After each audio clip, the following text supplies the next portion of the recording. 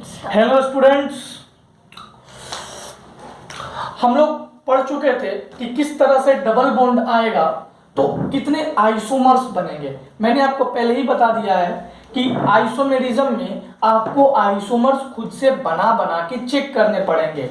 जैसे आप देखो C3H6O, इस एग्जाम्पल में देखो तो इसमें C3H6 है। इससे एक बात तो समझ में आ गई हमें कि इसमें डबल बॉन्ड इक्विवेलेंट है।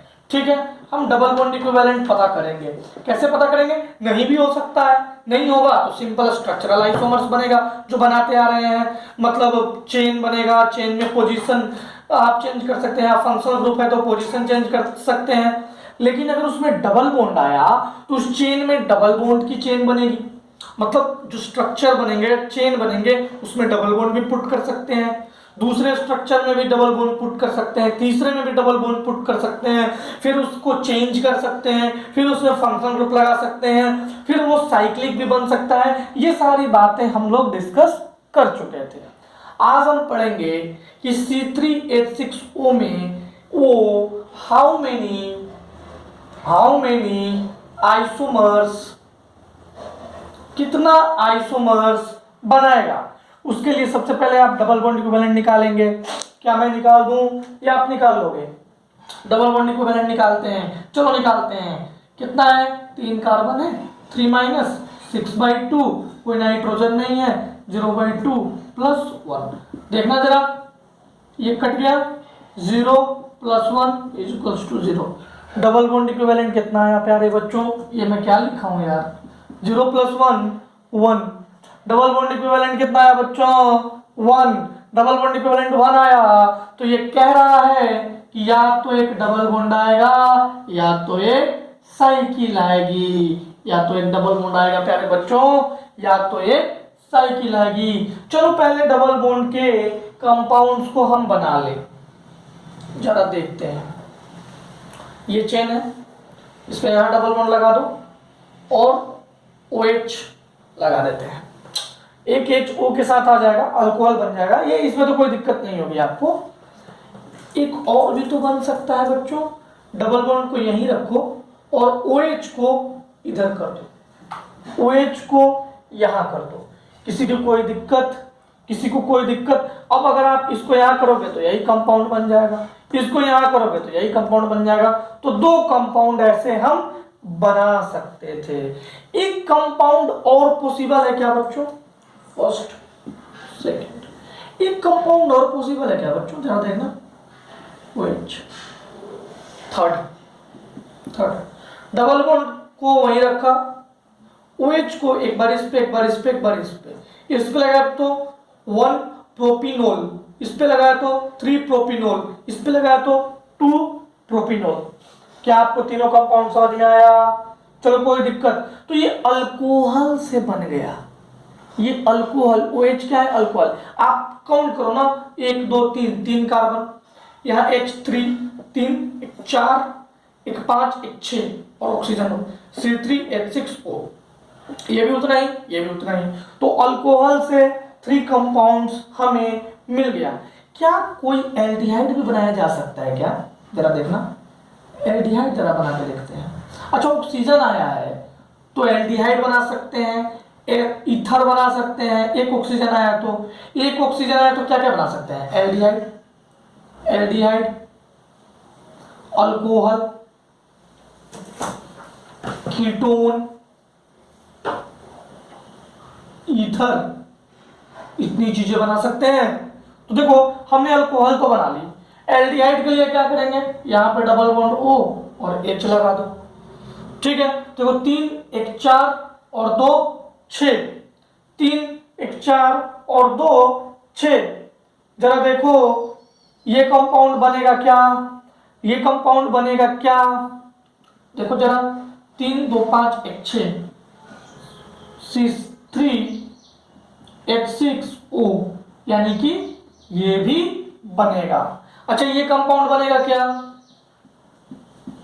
ये कंपाउंड बनेगा कि ये एल्डिहाइड में और बन सकता है क्या? नहीं।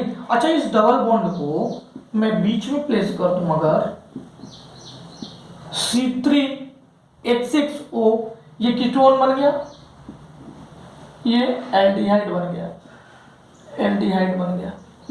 और कुछ बन सकता है क्या?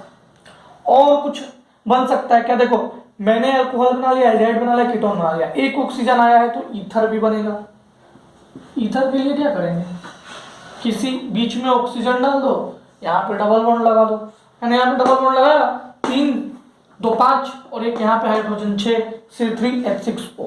तो आप देख लो कि ओपन चेन में इतने स्ट्रक्चर पॉसिबल है। ओपन चेन में कितने स्ट्रक्चर पॉसिबल है? इतने सारे। अगर मैं तुमसे पूछूं कि कितने ऐसे पॉसिबल हैं जो अल्कीन हैं, तो आप ये बताओगे, मतलब इसमें अल्कोहल तो लगा हुआ है, ये बताओगे। कितने ऐसे पॉसिबल हैं जो अल्कीन नहीं है पर स्ट्रक्चरल आइसोमर्स है और ओपन चेन है? तो ये अल्कीन नहीं है, ये अल्कीन है, ये नहीं है, तो इतने 3 हो गए। तो बहुत तरह का क्वेश्चन बनाया जा सकता है। इससे कितना एल्डिहाइड पॉसिबल है, कितना कीटोन पॉसिबल है, कितना ईथर पॉसिबल है, कितना कितना ये ओपन चेन आइसोमर्स कितने पॉसिबल है। देखो ओपन चेन आइसोमर्स। क्या सबको मेरी बात समझ में आ गई? क्या सबको मेरी बात समझ में आ गई? ठीक है बच्चों, इसमें साइक्लिक कंपाउंड्स बनेंगे। उससे पहले मैं आपसे थोड़ा सा बात करना चाहता हूँ। ये कंपाउंड 1 2 3, ये 4 ये 5 और ये 6। अच्छा प्यारे बच्चों, मुझे ये बताओ कि 1 और 2 क्या है? मुझे बताओ 1 और 2 क्या है? चेन आइसोमर है, पोजीशन आइसोमर है। देखो chain is same, position of functional group is different, तो 1 एंड 2 पोजीशन आइसोमर। अगर मैं बोलूं 2 और 3 क्या है बच्चों? 2 और 3 क्या है? देखो chain is same, position of functional isomer is different. 2 and 3 भी क्या है? फंक्शनल ग्रुप इज डिफरेंट, ये भी पोजीशन आइसोमर है। ऐसे ही मैं कंपैरिजन करूंगा तो देखो यहाँ अल्कोहल, ये एल्डिहाइड है, फंक्शनल ग्रुप ही चेंज हो जाएगा तो ये फंक्शनल आइसोमर्स होगा। अगर मॉलिक्यूलर फॉर्मूला सेम हो, ये मैं वापस से आऊंगा, आने से पहले मैं आपको, आप यहां तक लिख लो, आप यहां तक लिख लो, इसका साइक्लिक कंपाउंड्स मैं बनाने जा रहा हूं, फिर मैं इधर और एक्सप्लेनेशन दूंगा। पहले आप यहां तक नोट डाउन करो, फिर ऊपर लिखना जो मैं लिखने जा रहा हूं साइक्लिक कंपाउंड्स के बारे में। लिख लिया? पॉज करके लिख लो बच्चों, ठीक है। देखो हमारा क्वेश्चन क्या था? C3H6O। इससे हमने ये सारे ओपन चेन के बनाए। अच्छा क्लोज चेन के बन सकते हैं क्या? जरा देखना, ये देखो, ये देखो, 1 कार्बन 2 कार्बन 3 कार्बन, 2 2 4 2 6। अच्छा अगर मैं कहीं पे OH लगा दूं तो बनाया जा सकता है कि नहीं बनाया जा सकता है? Ring structure. क्या इपोक्सी स्ट्रक्चर बनाया जा सकता है कि नहीं? याद करो, इपोक्सी स्ट्रक्चर तुम्हें मैंने सिखाया था। ये सारे स्ट्रक्चर क्या होते हैं? इपोक्सी होते हैं। देखो 1 2 3, 3 कार्बन, 2 2 4 2 6 हाइड्रोजन 1 ऑक्सीजन। अच्छा इपोक्सी स्ट्रक्चर एक और पॉसिबल है, वो ये है 1 2 कार्बन, यहाँ CH3, 3 1 4 2 6, 1 2 3 कार्बन। ये 3 स्ट्रक्चर्स रिंग स्ट्रक्चर है। इपोक्सी में देखो रिंग 3 से ही बन सकता है, 2 से कभी नहीं बन सकता, बीच में ऑक्सीजन डाल दिया। ये 3 रिंग स्ट्रक्चर्स है, रिंग स्ट्रक्चर्स। अब जरा तुम देखो कि ये 6 था, ये 7 हुआ, ये 8 हुआ, ये 9 हुआ। टोटल आइसोमर्स कितने हैं? टोटल 9। ठीक है। अब देखो मैं तुमसे पूछूंगा कि इससे टोटल अल्कोहलिक स्ट्रक्चर कितने हैं? अल्कोहल कितने हैं? तो 3 तो ओपन में थे और 1 क्लोज में था। मैं बोलूंगा इपोक्सी स्ट्रक्चर कितने हैं? 2। मैं तुम्हें बोलूंगा कि कितने स्ट्रक्चर ऐसे हैं जो एल्डिहाइड हैं? 1। ये सारी बातें समझ गए आप, ये सारा चीज समझ गए आप। अब मैं तुम्हें फंक्शनल आइसोमर्स पढ़ाऊंगा। फंक्शनल आइसोमर्स पढ़ाने के लिए ये बहुत अच्छा एग्जाम्पल यही बोर्ड पे लिखा हुआ है, तो आप इस क्वेश्चन को अच्छे से लिख लीजिए, पूरा अच्छे से लिख लीजिए इस क्वेश्चन को, फिर मैं फंक्शनल आइसोमर्स की ओर बढ़ूंगा। लिख लिया आपने? ठीक है, मैं मिटा दूं। ओके बच्चों,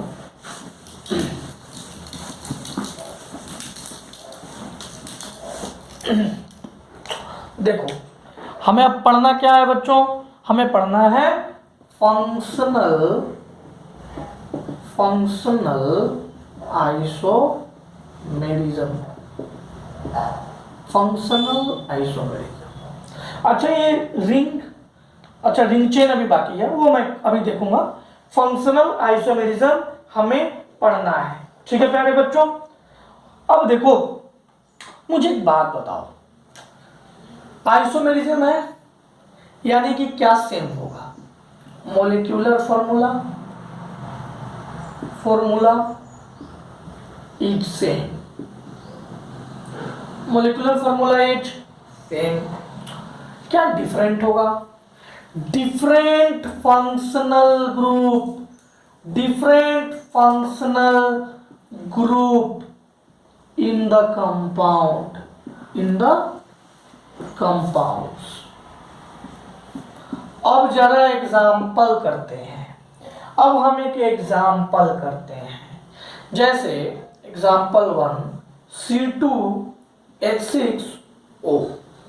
ये एक मॉलिक्यूलर फॉर्मूला है C2H6O। अरे जैसे ऐसे लिखते थे ना CaCO3, ये क्या है? ये मॉलिक्यूलर फॉर्मूला है। वैसे ही C2H6O एक मॉलिक्यूलर फॉर्मूला है, ठीक है। अब मैं जरा ध्यान से देखना, क्या मैं इसमें CH3CH2OH, क्या मैं इसको ऐसे लिख सकता हूं CH3OCH3? अच्छा ये क्या है? अल्कोहल है। ये क्या है? ईथर है। अब तुम मुझे बताओ, क्या इसका दोनों का मॉलिक्यूलर फॉर्मूला सेम है कि नहीं है? सेम मॉलिक्यूलर फॉर्मूला है, लेकिन क्या फंक्शनल ग्रुप सेम है क्या?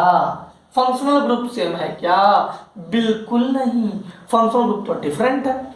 एक फंक्शनल ग्रुप अल्कोहल है, दूसरा ईथर है। क्या आपको मेरी बात समझ में आ गई? Same molecular formula but different functional group in the compounds is called functional isomerism. क्या जो मैं पहले मतलब पिछले सेशन में जो एग्जांपल लिया था वो एग्जांपल मैं फिर से लूं, C3H6O।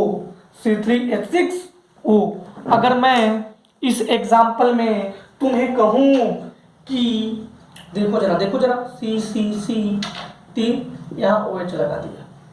अब अगर OH को मैं यहां लेकर आऊंगा, अगर मैं OH को यहां लेकर आऊं, ये C3H6 नहीं है, ये C3H8O है। अब डबल बॉन्ड लगाना पड़ जाएगा ना, H6 करेंगे तो डबल बॉन्ड वहां लगाना पड़ जाएगा।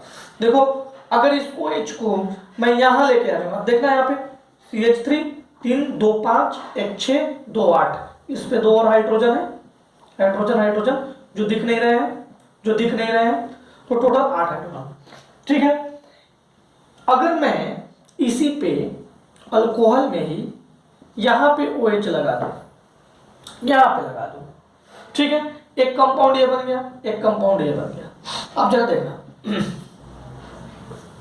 ठीक है, इसके बीच में मैंने ऑक्सीजन ले लिया, इससे रख दिया, ये 3 है। अब तुम मुझे बताओ 1 और 3 में क्या, 1 एंड 2 में क्या रिलेशन है, 1 एंड 3 में क्या रिलेशन है, और 2 एंड 3 में क्या रिलेशन है, 2 एंड 3 में क्या रिलेशन है? देखो 1 and 2 position isomer, chain same, position different, position isomer. 1 and 3 क्या है बच्चों? 1 एंड 3 इसमें अल्कोहल और इसमें ईथर, ये क्या है? Functional isomer. 2 एंड 3 ये भी फंक्शनल आइसोमर, इसमें अल्कोहल उसमें ईथर। समझ गए? और एग्जांपल कराऊं, और एग्जांपल कराऊं, इसे मिटा दूं, इसे मैं मिटा दूं, ठीक है बच्चों, देख लो।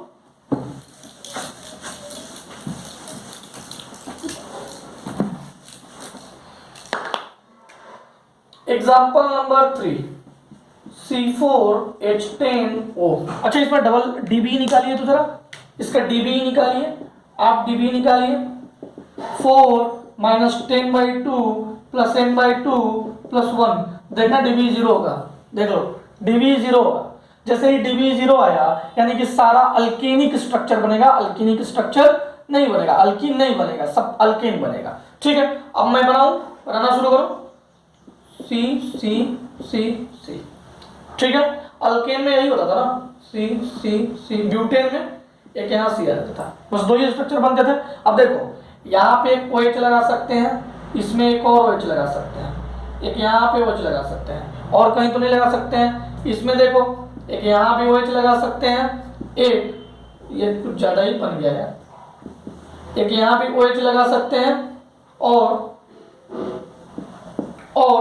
एक यहाँ पे OH लगा सकते हैं, OH लगा सकते हैं, और कहाँ लगा सकते हैं बताओ, और एक जगह लगा सकते हैं भैया, कहाँ लगा सकते हैं, एक यहाँ पे OH लगा सकते हैं। देखो जरा, देखो जरा, और कोई पॉसिबल है क्या?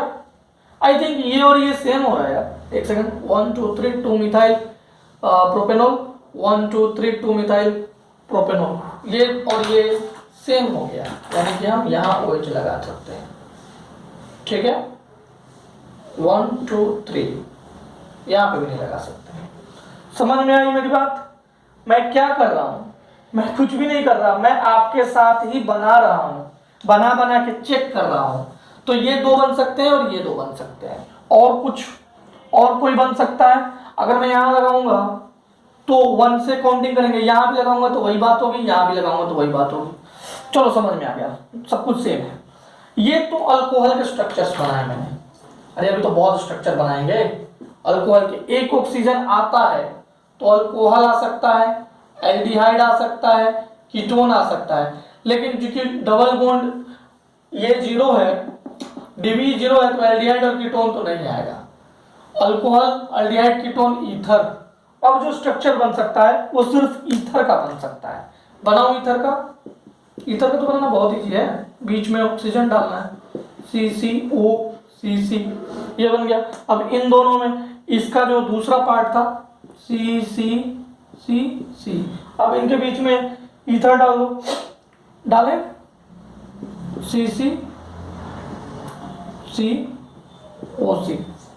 ठीक है, हो गया। और कोई स्ट्रक्चर पॉसिबल है?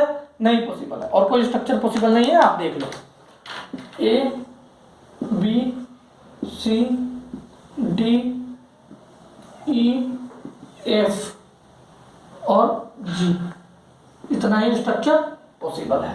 पहले हम स्ट्रक्चर आइसोमर्स बना रहे हैं, और उसको बनाने के बाद हम उसको कन्वर्ट करते रहे ऑक्सीजन OH लगाकर। अल्कोहल, एक ऑक्सीजन आया तो अल्कोहल बन सकता है, एल्डिहाइड बन सकता है, कीटोन बन सकता है, ईथर बन सकता है। एल्डिहाइड और कीटोन क्यों नहीं बना?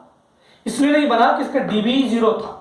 एल्डिहाइड कीटोन के लिए एक डबल बॉन्ड आता है तो डीबी आना चाहिए, जो कि नहीं आ रहा है। ठीक है बच्चों, अब मैं तुमसे पूछूंगा और तुम बताना, A एंड B का रिलेशन बताओ। कौन सा आइसोमर है? तुम देखो, पोजीशन आइसोमर।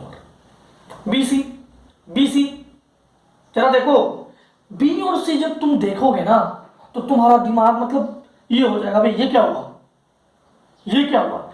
B और C में तो चेन डिफरेंट है और पोजीशन भी डिफरेंट है। यहाँ 2 पे अल्कोहल है, यहाँ 1 पे अल्कोहल है, तो ये चेन भी तुम्हें दिख रहा है, ये पोजीशन भी तुम्हें दिख रहा है। तो भाई ये है क्या? तो एक शॉर्ट ट्रिक याद रखिएगा, शॉर्ट ट्रिक याद रखना, RTFMCP, ये प्रायोरिटी ऑर्डर है। क्या है बच्चों? ये प्रायोरिटी ऑर्डर है। प्रायोरिटी ऑर्डर में ये बताता है ये कि सबसे ज्यादा प्रायोरिटी हम रिंग चेन को देंगे। अभी आएगा रिंग चेन। सबसे ज्यादा प्रायोरिटी किसको देंगे? Ring chain tautomerism. फिर किसको देंगे? फिर टॉटोमेरिज्म को, रिंग चेन को देंगे, फिर टॉटोमेरिज्म को देंगे, फिर फंक्शनल को देंगे, फिर मेटामेरिज्म को देंगे, फिर चेन को देंगे, फिर पोजीशन को देंगे। मतलब जब इधर पढ़ोगे तो प्रायोरिटी घटेगी। सबसे ज्यादा प्रायोरिटी किसका? सबसे ज्यादा प्रायोरिटी किसका? रिंग चेन का। अभी पढ़े नहीं है, अभी पढ़ेंगे। रिंग चेन का सबसे ज्यादा प्रायोरिटी, फिर टॉटोमेरिज्म का, वो भी नहीं पढ़े हैं, फंक्शनल का, फिर मेटामेरिज्म का, फिर चेन का, फिर पोजीशन का। देखो इसमें चेन डिफरेंट है, पोजीशन भी डिफरेंट है। क्या करूं मैं? बी एंड सी, ये है चेन आइसोमर्स। क्यों? क्योंकि हम सबसे पहले चेन देखेंगे। और वैसे भी ये चेन आइसोमर है, मुझे ये चीज आपको बताना था इसलिए मैंने एक्सप्लेन किया। चेन पोजीशन आइसोमर्स के लिए सबसे बड़ा चीज ये होता है कि चेन सेम होना चाहिए। चेन सेम होना चाहिए। चेन यहाँ पे तो चेन ही बदल गया, तो ये पोजीशन है। बट याद रखना कहीं ऐसा सीन आएगा जो फंक्शनल भी होगा और रिंग भी होगा, उस कंडीशन में आप रिंग को चूज कीजिएगा, ठीक है ना। ऐसा कंडीशंस आएगा जब फंक्शनल भी होगा और मेटामर भी होगा, उस कंडीशन में नहीं, ऐसा कंडीशन नहीं आएगा जो फंक्शनल भी होगा मेटामर्स होगा, क्योंकि मेटामर्स के लिए फंक्शनल ग्रुप सेम होना चाहिए। ऐसा कंडीशन कभी नहीं आएगा। ऐसा कंडीशन आएगा जब फंक्शनल होगा और रिंग होगा, ये तो आएगा। टॉटोमेरिज्म होगा और फंक्शनल होगा, ये जरूर आएगा। उस कंडीशन में आप टॉटोमेरिज्म चूज कीजिएगा। ये प्रायोरिटी ऑर्डर में किसी प्रकार का कोई दिक्कत, कोई परेशानी, कोई चिंता मुझे नहीं लगता। अब बताओ, ए और सी वापिस से चेन, ए और डी वापिस से चेन, डी और सी यहाँ पे 2 पे 2 पे, यहाँ पे 1 पे, सी और डी क्या है बच्चों? ये है पोजीशन।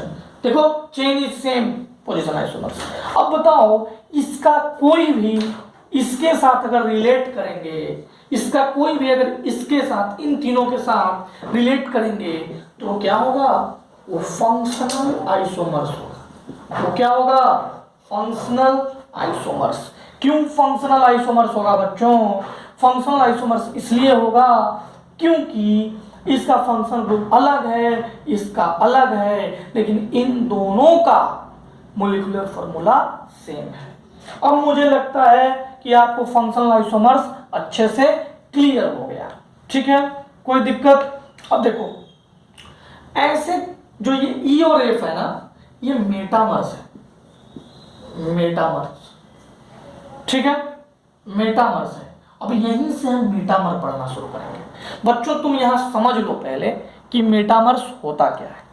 मेटामर्स होता है कि अगर पॉलीवैलेंट फंक्शनल ग्रुप है, मतलब अल्ले तरफ भी कुछ, पल्ले तरफ भी कुछ, अगर हम इसमें कुछ चेंज ला देंगे, लाने के बावजूद भी मॉलिक्यूलर फॉर्मूला सेम होगा, उसको मेटामर कहते हैं। फिर से सुनिए, ऐसा फंक्शनल ग्रुप या ऐसा कोई भी कंपाउंड से एलिमेंट का कोई ग्रुप अटैच हो जिसके इस तरफ या उस तरफ के चीजों को मैं बदल दूं, जैसे यहाँ 3 और 1 था, मैं 2 कर दिया, क्या इसके मॉलिक्यूलर फॉर्मूला में कोई चेंज आया? बिल्कुल नहीं आया, चेंज नहीं आया, वही का वही कंपाउंड है। लेकिन क्या सच में वही का वही कंपाउंड रहा? नहीं रहा।